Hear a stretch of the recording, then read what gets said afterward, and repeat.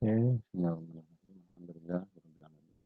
Wassalatu wassalamu ala asyrofil anbiya'i wal mursalin wa ala alihi wa sahbihi. Assalamualaikum warahmatullahi wabarakatuh. Hari ini saya akan meminta kita semua saudara sekalian, kita akan buat uh, soalan percubaan Negeri Terengganu. Soalan percubaan Negeri Terengganu.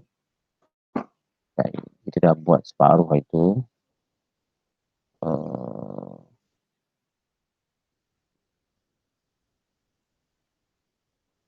Jadi kita akan pergi ke soalan seterusnya.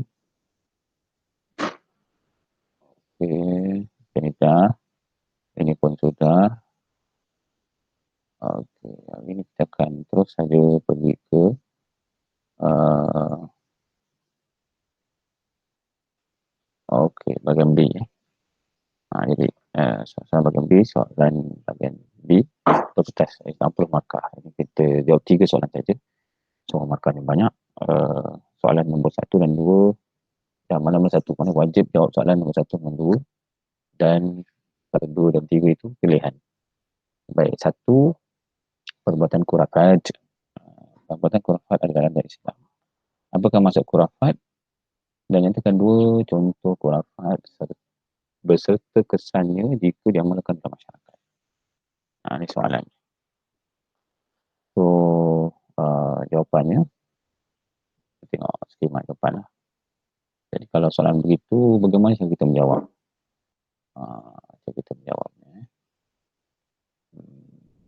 Ya, kita alihkan dulu.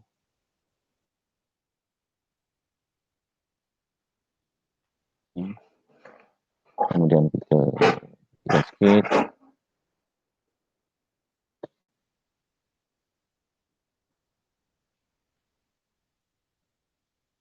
Okey. Saya telah pun masuk ke dalam grup skema jawapan ini. Saya ada alasan yang kita tahu. So, penting anda untuk baca skema ini kerana ia merupakan sebahagian daripada perkara yang memudahkan anda menjawab dan memberikan gambaran sebenar sebenarnya nak apa. Jawapan ini ialah ni ada 2 markah. Macam dapat markah, khurafat ialah kepercayaan atau perbuatan karut yang dianggap mempunyai hubungan dengan agama Islam. 1 markah.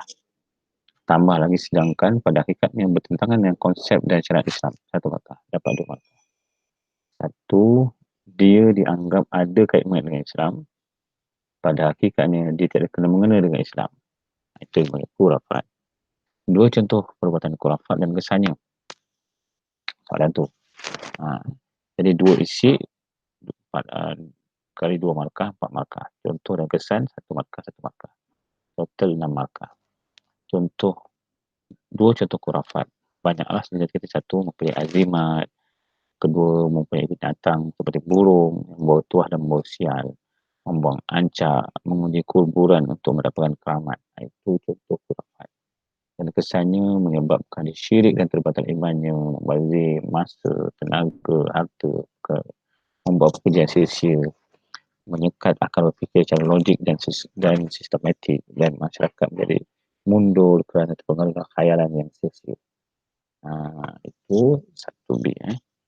Jawapan dia dapat 10 markah. Jadi dapat 6 markah lah. Jadi nyatakan 2 contoh khurafat serta kesannya diamalkan dalam masyarakat. So, 6 sini. 2 contoh markah, jadi 4 markah ialah untuk contoh dan serta kesannya. Okey. Soalan kedua, khurafat merupakan salah satu daripada perkara yang membatalkan iman kepada Allah Subhanahu Wa Taala.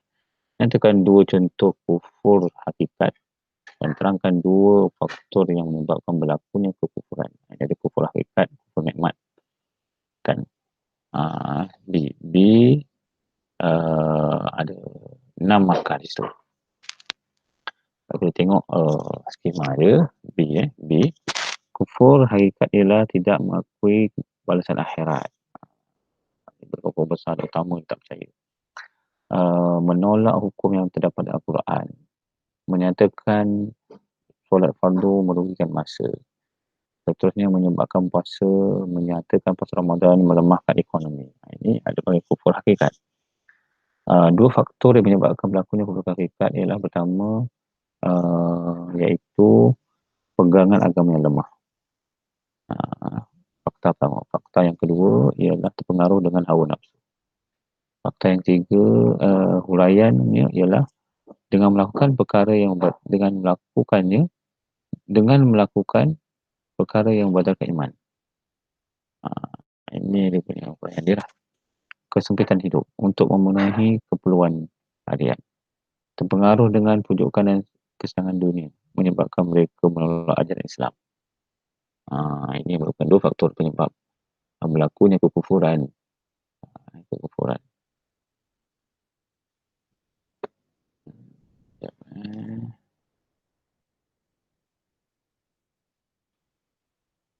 Ini jawapan sudah ada. Okey, teruskan lagi.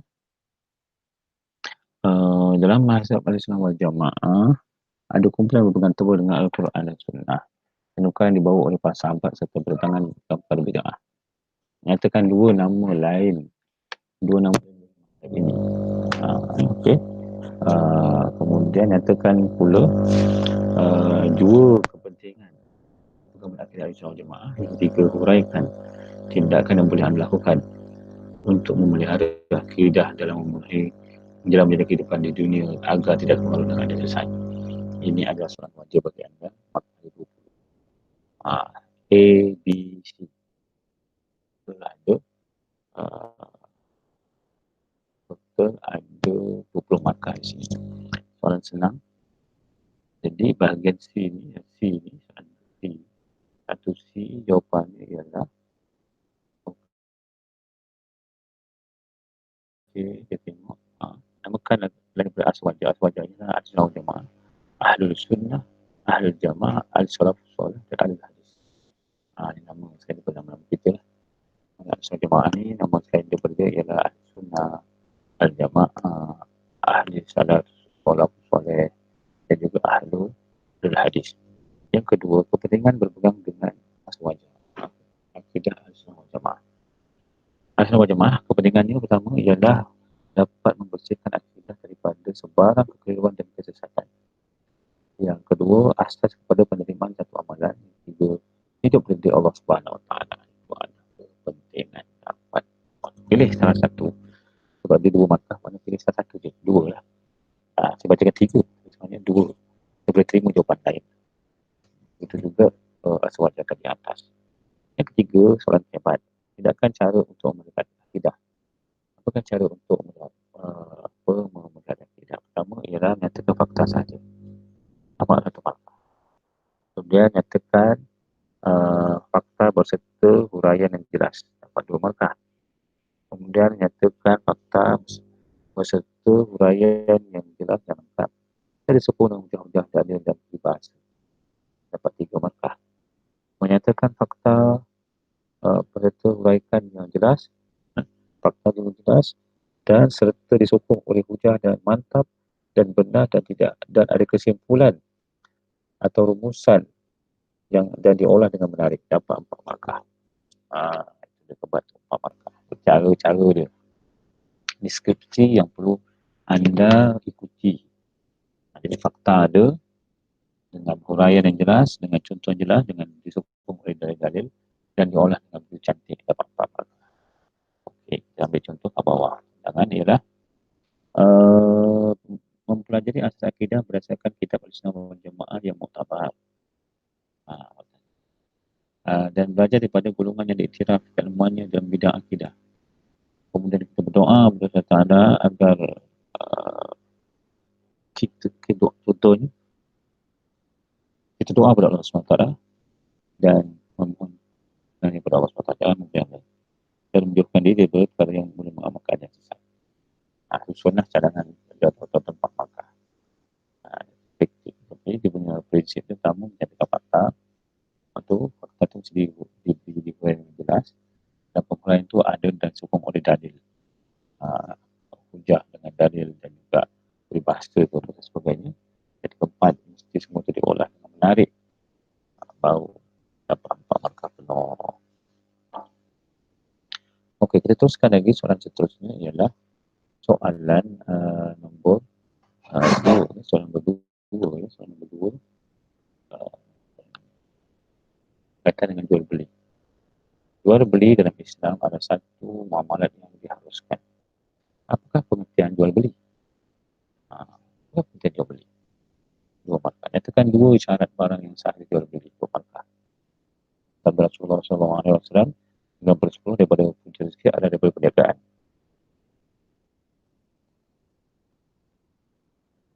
Mengapakah Islam menggalakkan umatnya berniaga? Ulaikah pendapat anda? Jadi ini dah hebat juga. Okey, nyatakan pengertian jual beli. Okey, kita tengok. 2A. 2A.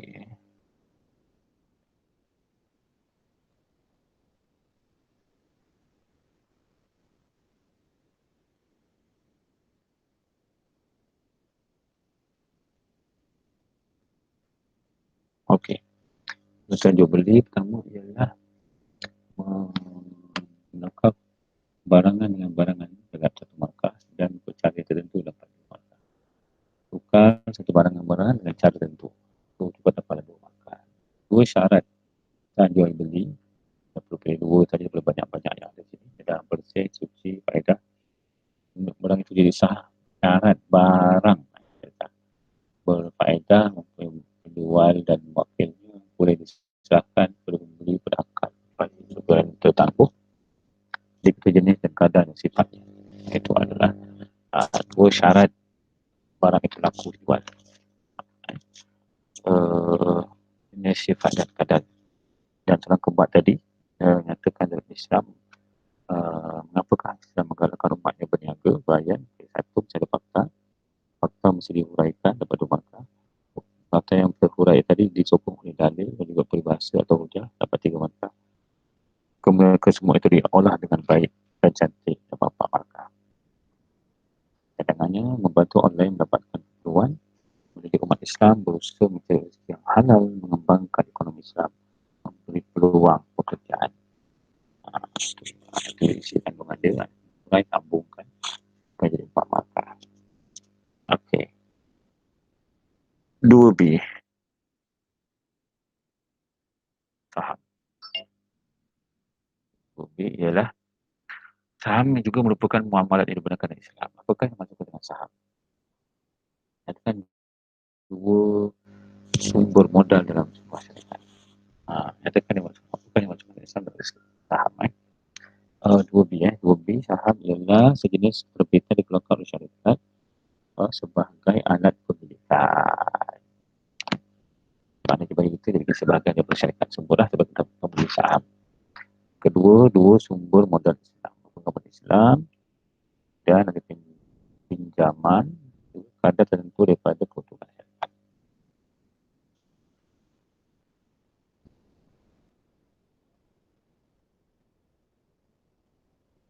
Okay.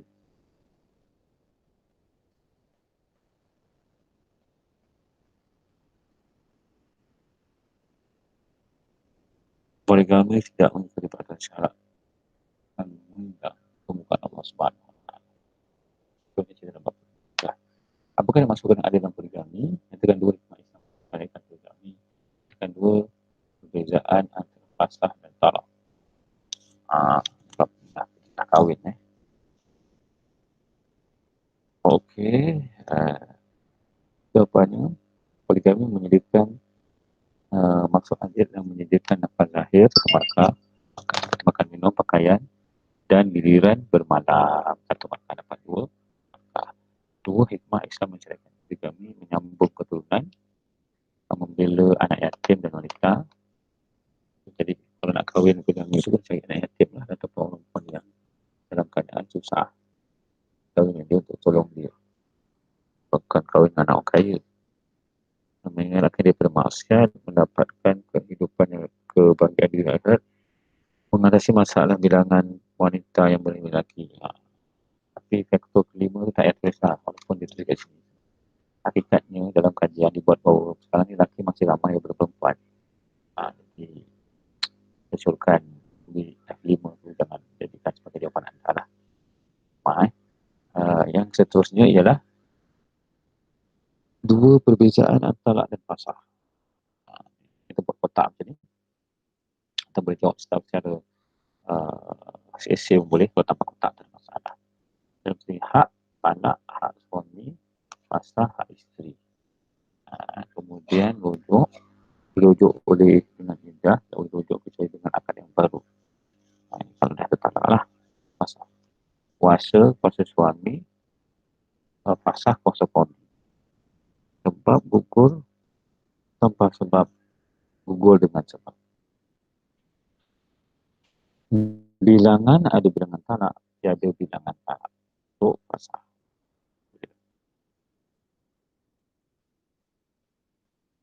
3B. Dah habis soalan tadi. Cukup 40 markah. Ini soalan pilihan. Okay.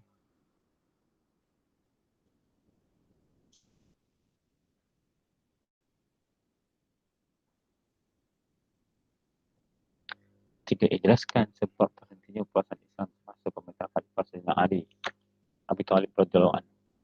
Kekuatan ekonomi pada zaman kerajaan Umayyah banyak tergantung pada sektor pertanian dan perdagangan. Terangkan dua usaha dilakukan oleh kerajaan Umayyah untuk membuka kedua sektor tersebut. Kemudian Muhammad Abdul tokoh Islam Pembaruan yang ulung. Terangkan cara beliau melampirkan ide Islamnya kepada umat Islam. Yang kedua, jelaskan kesan perjuangan Islam beliau dalam bidang ilmu. Okey. B 3B. 3B pengaruh Muhammad Abduh. Sorry. Sebab terhentinya pelaksanaan kuasa semasa Sayyidina Ali Abi Talib. Negara pucat kaca berbeda peristiwa Sayyidina Umar Osman Affan. Yang kedua, berlakunya banyak pemberontakan dalam negeri. Itu yang kenapa perluasan kuasa tidak berlaku pada zaman Ali Abi Talib. Sebab kita punya masalah dalaman. Sebab itu perlu selesai masalah dalaman. Yang dakwah, kalau ada masalah, banyak masalah dalaman. Yang kedua, dua usaha yang dilakukan oleh kerajaan Umayyah untuk membuka sektor pertanian, berbeda saliran yang akan mengalih kawasan pertanian, membuat penyelidikan pertanian, kemudian membina jalan raya dan pelabuhan bagi memudahkan pengangkutan pengeluaran dan membina kapal perang khas untuk mengawal lautan.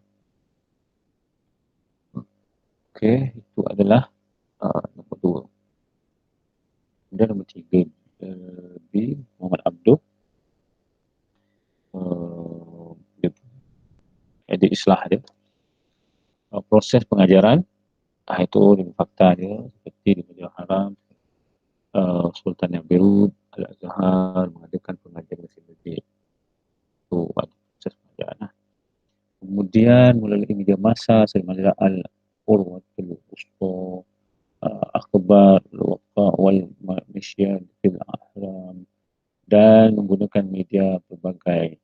Seterusnya menghasilkan karya-karya ilmiah seperti Risalah Tauhid, Risalah Juzul Amal dan sebagainya. Melalui jawatan yang disandang seperti Hakim, Mufti dan sebagainya. Okey, ketiga. Okey, kita teruskan lagi.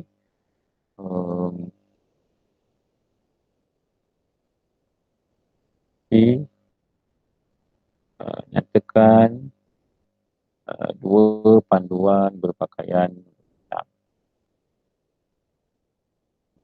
3C 3C. 3C. Dua panduan tidak memakai pakaian agama lain, berniat untuk menzahirkan wujud Allah Subhanahu Wa Taala. Bukan tujuan untuk bangga diri, bukan untuk aurat. Bertujuan untuk aurat. Tidak jarang dan tidak terlalu ketat hingga menampakkan susuk tubuh. Jadi nak dua je, pilihlah dua daripada 6 fakta. Kemudian ditanya lagi kesan melakukan amalan yang dilarang ketika berhias diri. Akhlak berarti lah. Kita dapat kepada Allah Ta'ala kerana ingkar larangannya. Itu rupanya. Yang kedua, menjatuhkan Allah diri kerana diperlihat akhlak yang buruk. Yang ketiga, mencemarkan maruah agama kerana dapat tidak menghayati aspek agama. Mana menjawabkan ada masalah? Pilih dua je. Seperti jawapan tadi. Okey. Yang ke apa yang ketiga ialah dua cara beradab dengan Rasulullah sallallahu alaihi wasallam. Berselawat kepada baginda dengan menyebut Allahumma shalli ala sayyidina Muhammad wa ala alihi. Yang kedua fakta ialah tawaduk dan sopan santun dengan hadis dibacakan. Yang ketiga menjadi makam Rasulullah di Madinatul Munawwarah. Kita berpulang ke sana lah mengasihi para sahabat Rasulullah SAW, beriltizam dengan sunnah Rasulullah SAW. Ini adalah jawapannya. Dua, kerugian orang yang tidak melakukan sunnah Rasulullah SAW. Satu, tidak berpeluang menerima syafaat Rasulullah SAW. Ketiga, kerana tidak bersawat, ya, boleh merosakkan iman. Kemudian di sini menghapuskan pahala dan kebaikan dilakukan kalau tidak mengikut sunnah Rasulullah SAW. Kemudian soalan terakhir ialah soalan nombor 4. Untuk kita selesaikan satu-satu ini. Kerajaan Abbasiyah beliau menetapkan masyarakat terbaik tinggi pada kaca dunia. Nyatakan faktor dua keseperanan. Kebanyakan umat Islam di Malaysia dan ialah mengikut mazhab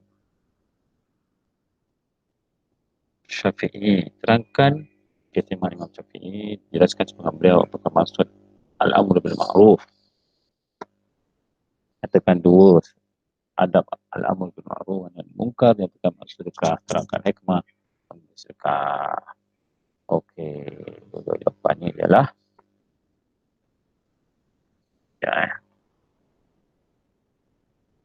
Ketika faktor membawa kegemilangan, satu sedang politik, berikan aman dan kepercakapan pemimpin. Dan faktor berdasar politik dan Abbasiyah yang sangat rakyat. Terusnya kedudukan Baghdad yang strategik, yang keseterusnya berpaduan antara kaum menjadikan Islam, menjadikan agama negara aman, banyak menjadi pemimpin, penghayatan konsep kerja yang beribadah. Jadi pilih dua, 29 kata pasal. Kemudian dua peranan yang boleh dibawa oleh umat Islam sekarang untuk mengembalikan kemenangan. Abbasiyah, ia tidak melibatkan daripada perbuatan mengancam, tapi jangan sekali mengancam negara. Kemudian menguasai bidang ekonomi, menguasai bidang ilmu, menguasai bidang teknologi, menguasai perpaduan untuk Al-Quran dan Sunnah, mengamalkan akhlak mulia dalam kehidupan harian. Empat markah dibuat bagi dua, satu grand. Kemudian yang terakhir kesemuaan Imam Syafi'i, iaitu dia menghafal Al-Quran ketika umur 10 tahun, menguasai banyak bahasa dan budaya Arab, mahir dalam penulisan dan pengubalan, menghafal Al-Quran ketika 9 tahun. Itu. Jadi ini di antara kesemuan-kesemuan dia, pilih satu atau dua saja untuk dikatakan. Sumbangan Imam Syafi'i dalam kita nak 4 juga markah, 2 markah, pilih 2 je daripada 8 fakta. Mengasaskan kaedah hukum Islam, tidak menerima kaedah Islam, mempersempitkan pegangan penggunaan akal dalam mensiasat hukum, berjihad mengikut tempat dan suasana. Ini adalah jawapannya. Okay. So, ini adalah rakaman dan saya ada bersama dengan ibu bapa. So, saya minta kepada Syafi'i tengok depan ni. Ini agak skema jawapannya dan anda nak periksa ni kena banyak skema jawapan soalan, skema jawapan. So, anda tahu betul soalannya apa. Okey, saya ingat itu saja. Wallahualam, kepada keberkatan kerahmatan. Semoga Allah Ta'ala akan memberikan kerahmatan bagi kita dan kita akan berjumpa kembali pada hari ini. Pastikan anda buat swab test. Jangan kita mudah kerana ada doktor yang boleh menyebabkan kawan kita lain akan terinyaya. Wallahualam. Assalamualaikum warahmatullahi wabarakatuh.